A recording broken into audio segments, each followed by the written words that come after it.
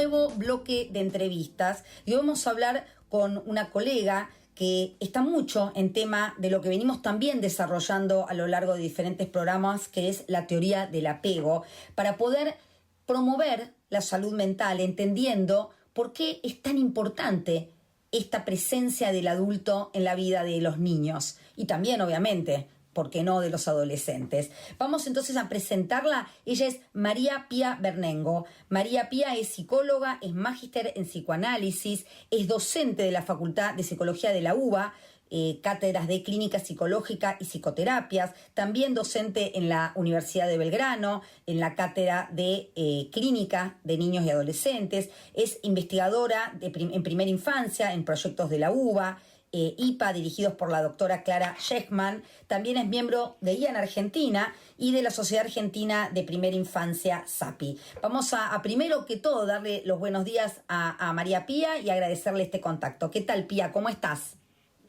Hola Vanessa, muy bien, muchas gracias por la invitación y es una alegría estar acá pudiendo charlar con vos sobre estos temas tan importantes. Gracias, sí, y la verdad que consideramos, bueno, estamos juntas en lo que tiene que ver con IAN Argentina, que es la difusión, ¿no?, la promoción de temas de salud mental para poder generar infancias más seguras y vínculos más sanos. Y para empezar entonces, para romper este hielo, la pregunta a desarrollar un poco para que nos cuentes desde tu lugar de investigadora, desde tu lugar de psicóloga y, ¿por qué no?, también esta idea de el conocimiento de la práctica como tu lugar de mamá. ¿Por qué decimos desde la teoría del apego que es tan importante la presencia de este adulto significativo, que puede ser la madre, el padre, un profesor, alguien que, como diría Urie von Frembrenner, que se pueda volver loco, ¿no? Al menos un adulto por ese niño, ¿no? Claro.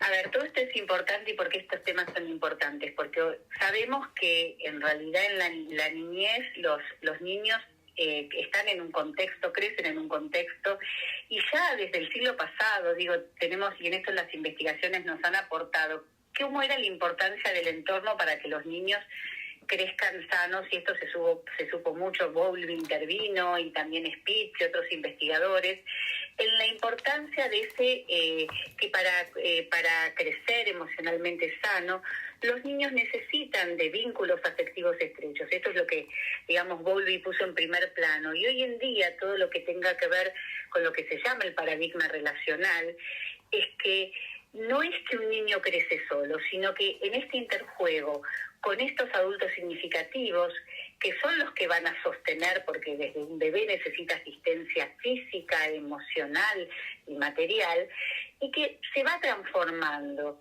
Y por otro lado, en la primera infancia, justamente se van a construir esas herramientas emocionales, neurológicas, cognitivas, es decir, del desarrollo, que son esenciales.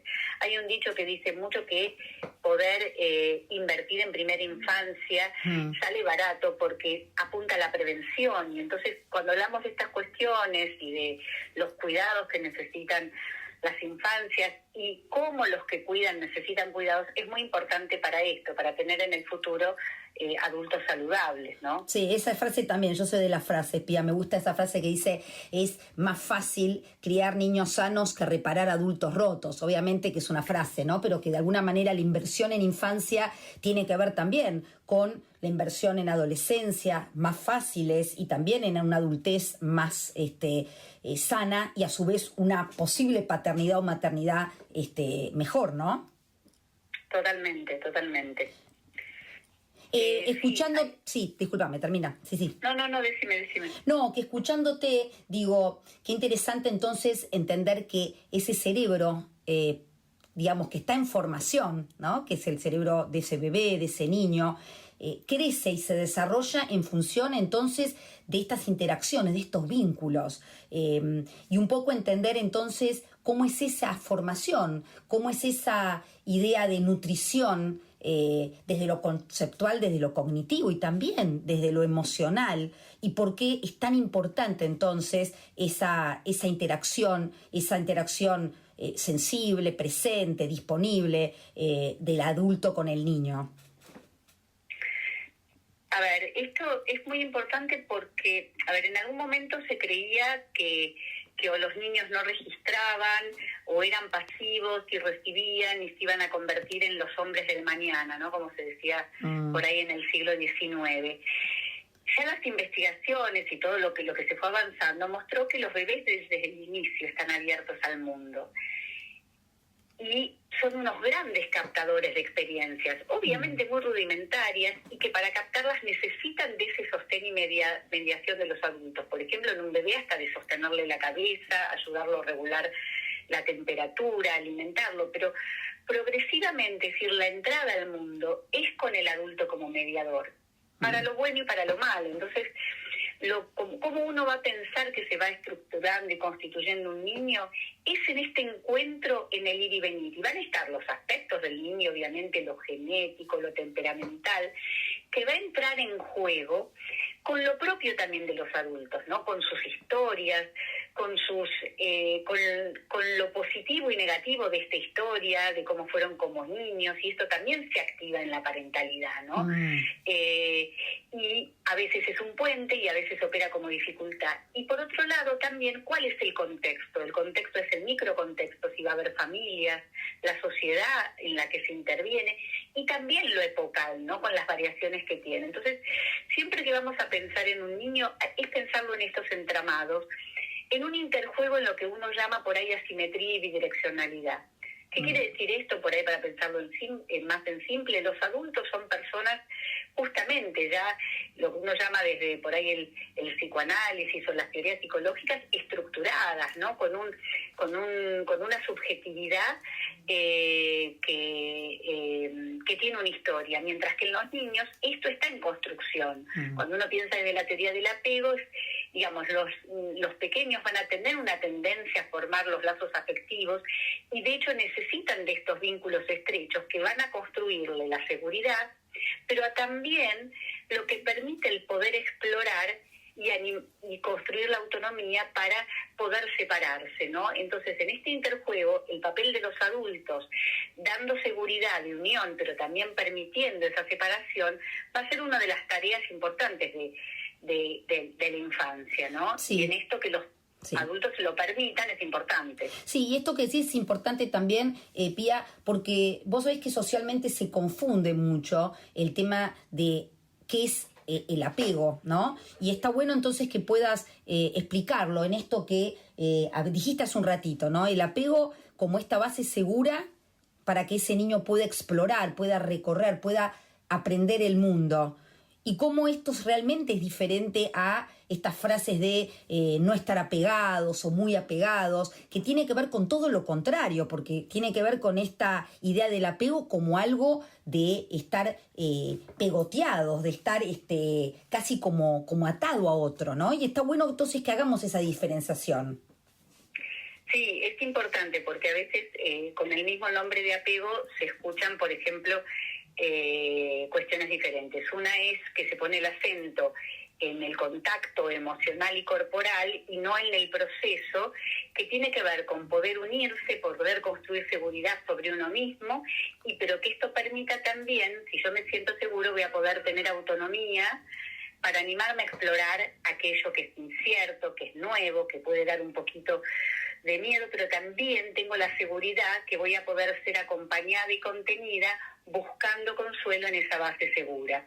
Exacto. Es decir, ¿cómo se va construyendo esto? Es decir, en la relación con los adultos significativos se van construyendo, nosotros lo llamamos por ahí representaciones, modelos operativos internos, sobre cómo es estar seguro y cómo son estos vínculos y qué expectativas puedo tener en las relaciones en general con los otros.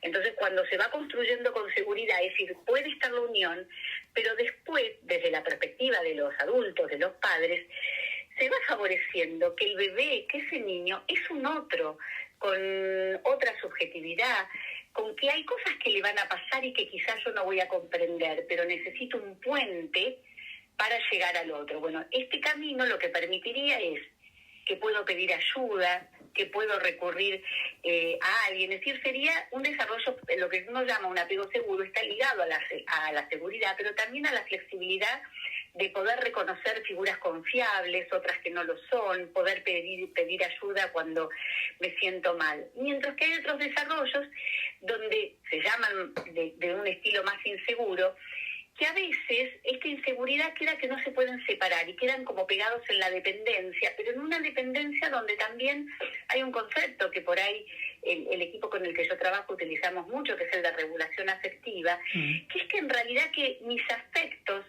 puedan ser como que sean regulados. No es que no haya momentos de enojo, de llanto, de angustia, sino que se pueda retornar a estados donde está lo apacible y puedo entender lo que me pasa.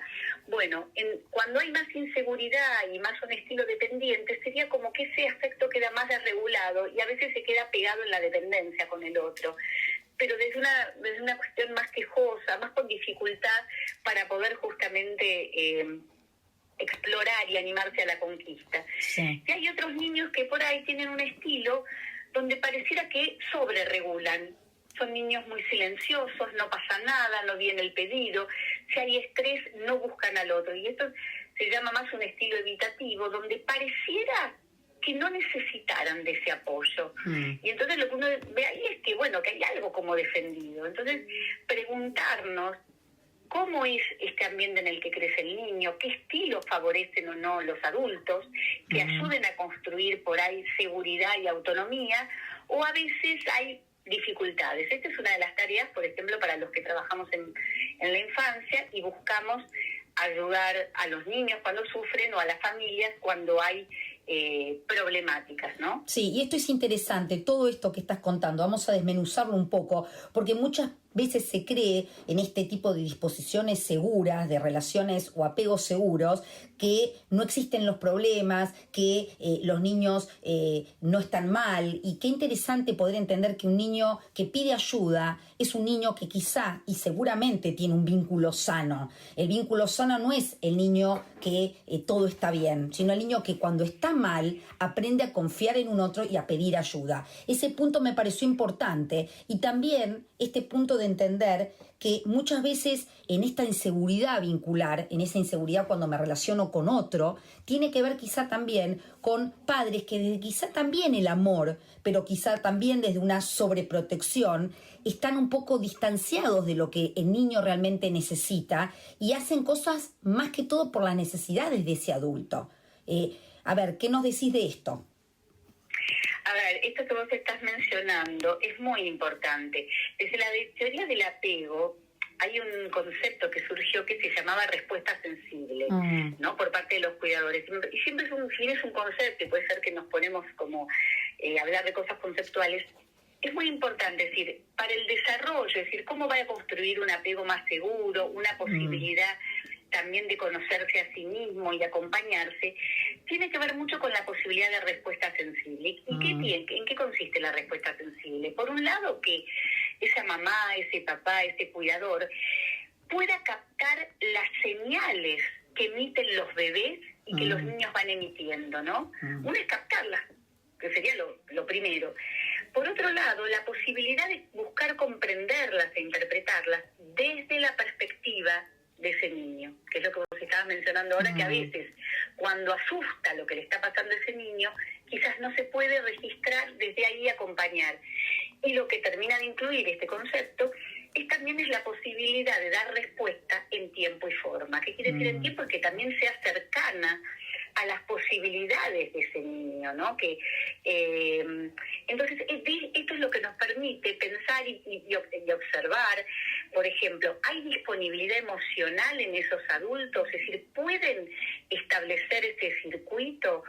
¿Logran poder recibir las emociones, las conductas, los pensamientos de ese niño y devolverlos en forma positiva? Es decir, ¿logran acompañar para la transformación de los estados negativos? Por ejemplo, hablamos de los berrinches, las desregulaciones, y ayudar a que se te transforme. Porque el conflicto existe, va a existir porque el desarrollo llega, por ejemplo, porque el destete, el control de esfínteres, es decir, suponen duelos de dejar posiciones anteriores que hay que perder y duelar para alcanzar otras. Entonces, en lo evolutivo tenemos duelos que son esperables y que suponen transformaciones en los niños, pero también en el adulto. Exacto. Y esto es un duelo para los adultos.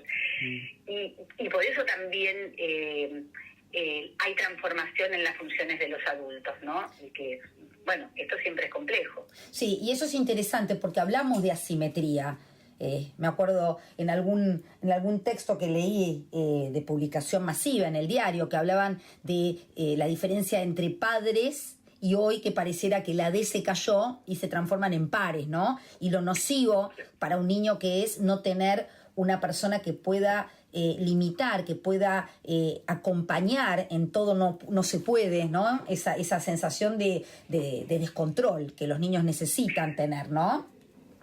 No, y esto es sumamente importante porque esto pasa muchas veces con los aspectos hostiles. Muchas veces hay mucho, es decir, parte del desafío de los adultos es, por un lado, cómo manejan su propia hostilidad, ¿no? Porque cuando no nos salen las cosas con nuestros hijos, cuando no los comprendemos, uno puede frustrarse. Entonces hay, Winnicott lo llamaba como sobrevivir a ese aspecto hostil para no devolverlo de la misma manera que los niños expresan. Entonces, es muy importante, es decir, es esperable que los niños tengan estas cosas. Lo que pasa es que es importante acompañar, a mí me gusta llamarlo como estructurar la experiencia, que haya un marco donde esa hostilidad, ese enojo, esa frustración, tiene un cauce. Y en este sentido las reglas, los límites o las leyes, lo que permiten es que podamos intercambiar y convivir juntos, al modo de lo que es un juego. Cuando hay un juego, nosotros estamos abarcados por reglas que nos permiten, tanto en el espacio como en el tiempo, tenemos tomo de turnos, nos permiten jugar juntos. Y esto es como la regla de la intersubjetividad, que en realidad todos seamos incluidos. Esto es lo que se da en el desarrollo de la infancia y que los adultos tienen la responsabilidad de ser garantes. No son culpables, pero sí son responsables, ¿no? Entonces es importante, la simetría es eso, que es buscar maneras de garantizar esto. Sí, y en esto qué interesante, ¿no? Porque entendemos desde los dichos y los estudios y todo lo que Bowlby fue desarrollando, que el goce en esta relación es de ambos, es de padre, madre, de padres y de hijos. Entonces, qué importante esto de entender que tenemos que compartir también la posibilidad de disfrutar estar con nuestros hijos sin hacer cosas que no tienen que ver con nosotros. Y el otro día en una conversación que te lo marqué porque me encantó, vos hablaste de disponibilidad genuina, auténtica, y me parece interesante que lo puedas desarrollar en esto de acompañar sin dejar de ser uno, porque esto en realidad no contribuye al vínculo, ¿no? Eso es muy importante. Lo que uno observa muchas veces en la consulta, en esta época donde generalmente tenemos madres y padres muy abocados a la crianza, hay como un aspecto muy autoexigente de qué es ser una buena mamá, qué es ser un buen padre. Entonces, a veces, en esto que proponemos como una mirada tridimensional de mirando a los niños, mirando a los adultos, mirando esa interacción, ese ir y venir y el contexto con el que cuentan, tiene que ver con esto, es decir, por un lado observar qué necesita el niño, pero observarnos qué podemos. Cuando estamos estresadísimos, cuando estamos muy cansados, probablemente estemos menos disponibles. Entonces, si nosotros podemos, es decir, la responsabilidad del adulto es ser facilitador, pero para esto pone su cuerpo, pone su historia, entonces tiene que ser registrado desde ahí. Entonces, siempre en las consultas uno trabaja mucho, por un lado, las expectativas que tienen los padres en relación a sus hijos, qué esperan, qué les llega. Yo siempre digo que observen y que en este sentido puedan intervenir y acercarse desde lo posible, para los niños, pero también para ellos. Sí, me parece, esto es lo que da una disponibilidad y una reciprocidad, pudiendo co-construir juntos momentos de calidad y de disfrute mutuo. Esto es muy importante porque hoy en día uno ve que a veces desde la culpa se deja de observar lo posible, ¿no? Y que por ahí se puede jugar juntos algo que sea menos exigido. Sí, y esto en este punto hago un hincapié, ¿no? Cuando hablamos de reciprocidad, cómo poder hablar de reciprocidad, de goce mutuo, de co-construcción y también de corregulación, ¿no? Hasta uno no puede creerlo, pero los niños regulan también a los adultos sin caer en poner al niño en un lugar de responsabilidad frente al adulto. ¿Se entiende la pregunta? ¿Cómo podemos entender el límite? lo que, a ver, siempre, en algún punto el camino en la relación con los hijos es que también nos vamos dando cuenta que son personas con sus propias cosas, entonces vamos a tener puntos en común y a veces decimos, uy, es igualito, es igualita, pero también muchas veces nos topamos con que no son igualitos a nosotros, y a veces esto, a ver, los líos en la familia son por cosas pequeñas, por ejemplo, alguien que se despierta de mal humor a la mañana y como mamá o papá te toca acompañar, y vos decís, pero ¿cómo? Si yo le ofrezco el desayuno, le hago lo que le gusta.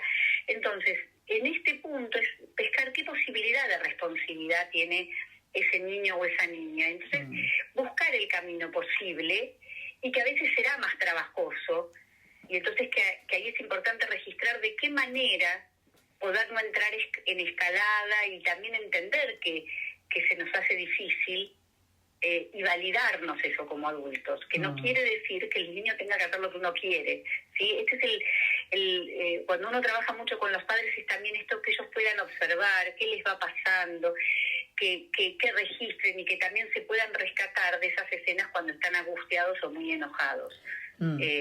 Para poder después, bueno, seguir, porque la responsabilidad vincular la tienen, ¿no? Claro, pero digo, en este punto, ¿no? Quizás es más fácil una madre que se siente desbordada, poder expresarlo de la manera que, en función de qué edad tenga ese niño, lo pueda entender.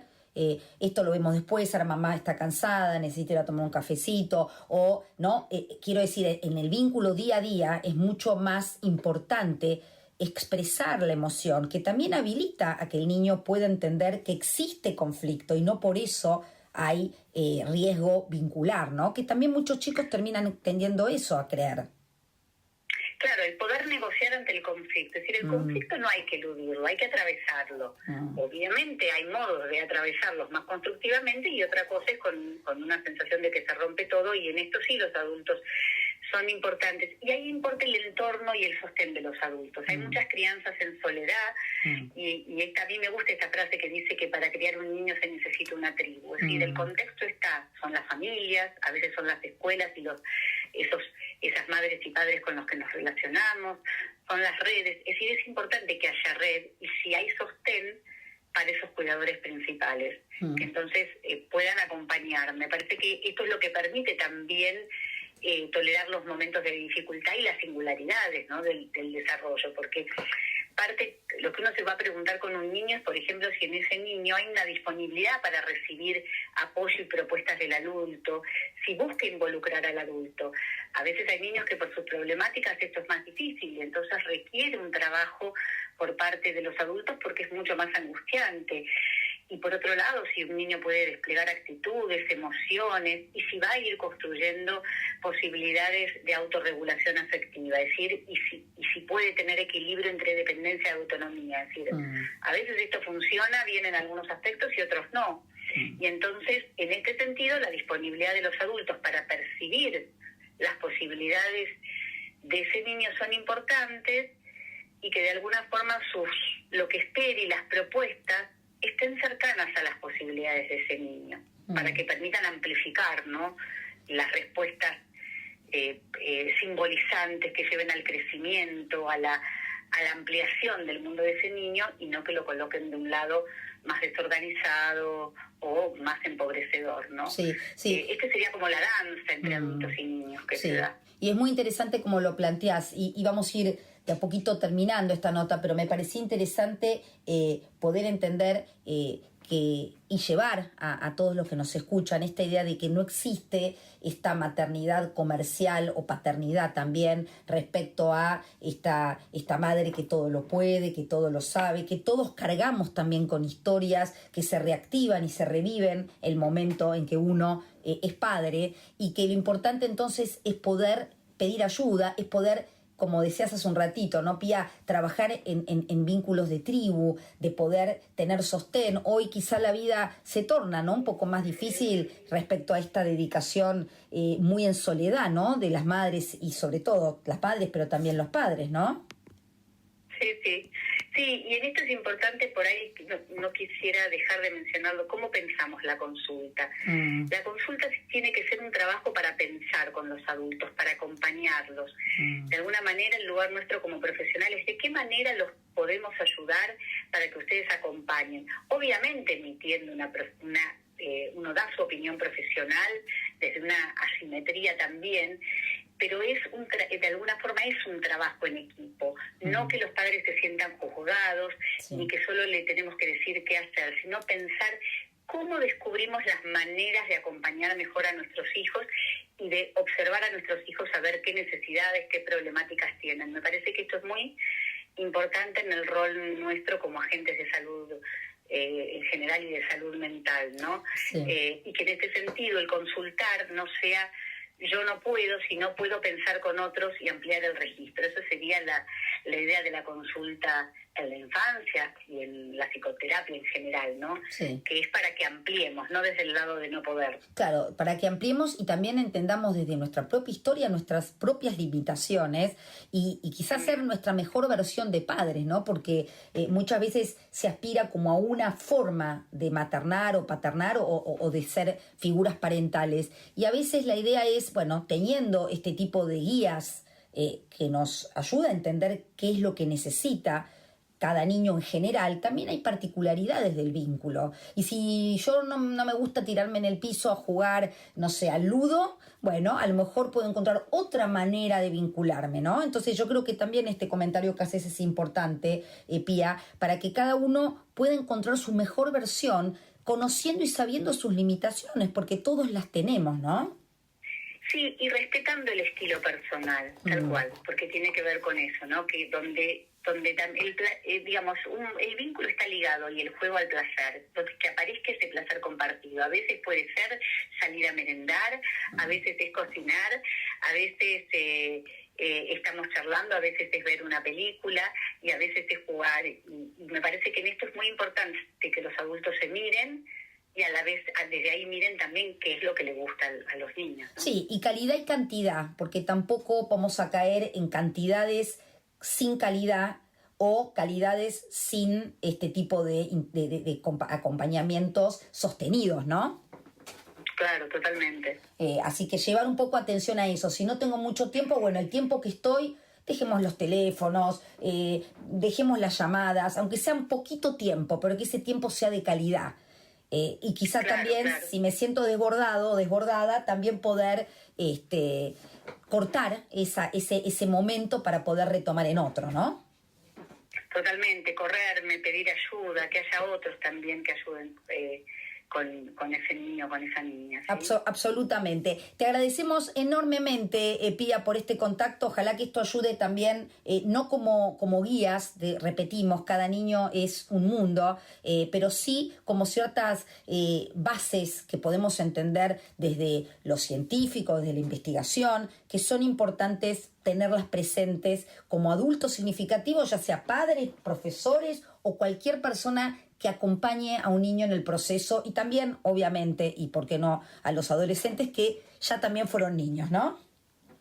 Totalmente, sí, el poder no quedarse solo cuando algo nos preocupa, consultar, pensar con otro y entonces ahí diferenciar si son cuestiones transitorias, momentos de crisis esperables o si hay problemáticas más importantes y que siempre la intervención es más positiva que no hacer nada. Exacto. Bueno, muchísimas gracias, Pía, por este contacto. Seguimos también unidas para poder generar otros espacios de reflexión, que un poco es la idea de estas entrevistas. Te mandamos un beso grande y muchísimas gracias.